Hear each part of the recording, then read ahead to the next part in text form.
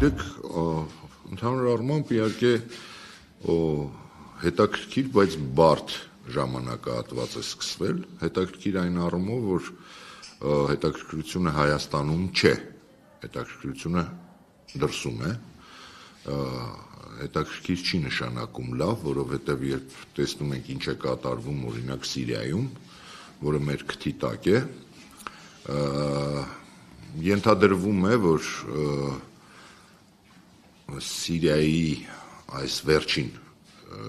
դեպքերը հրահարվել են նաև դրսից և կան ուժեր, որոնք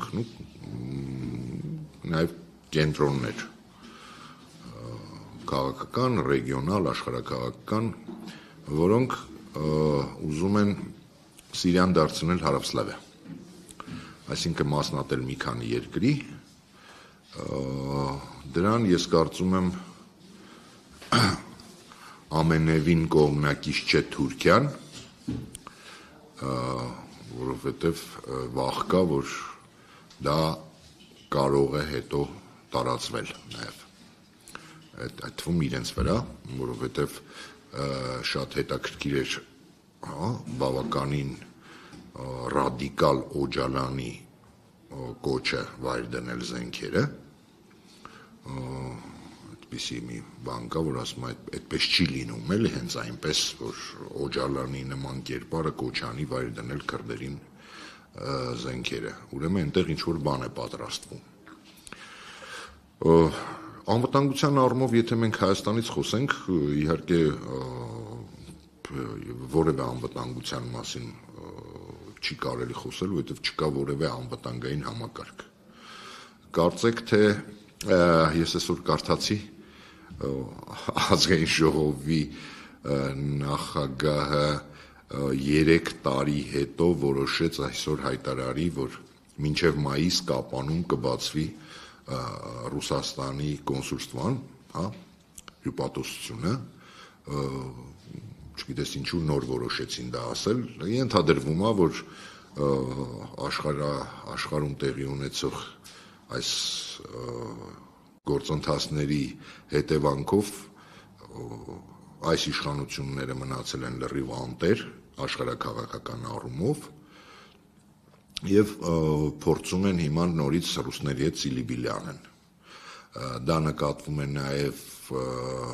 արևմտյան ուժերի ռեակցիայից այստեղ, որոնք երկար ժամանակ այս իշխանության հենարաններից մեկն էին, հիմա ամենաուժեղ քննադատողներն են։ Պատահական չի, որ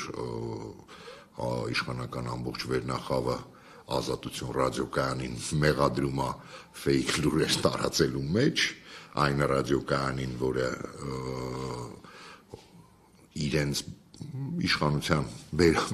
բերելու ընթացքում 24/7 ռեժիմով լուսաբանում էր այս իշխանություններին, ես նայում եմ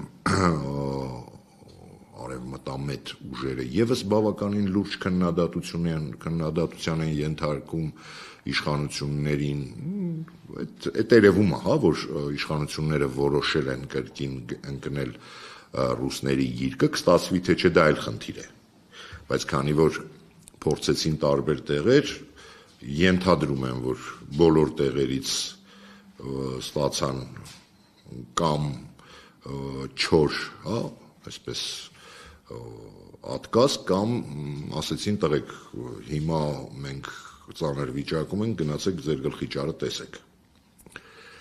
Սա է այն ինչ որ կատարվում է հիմա քաղաքական դաշտում։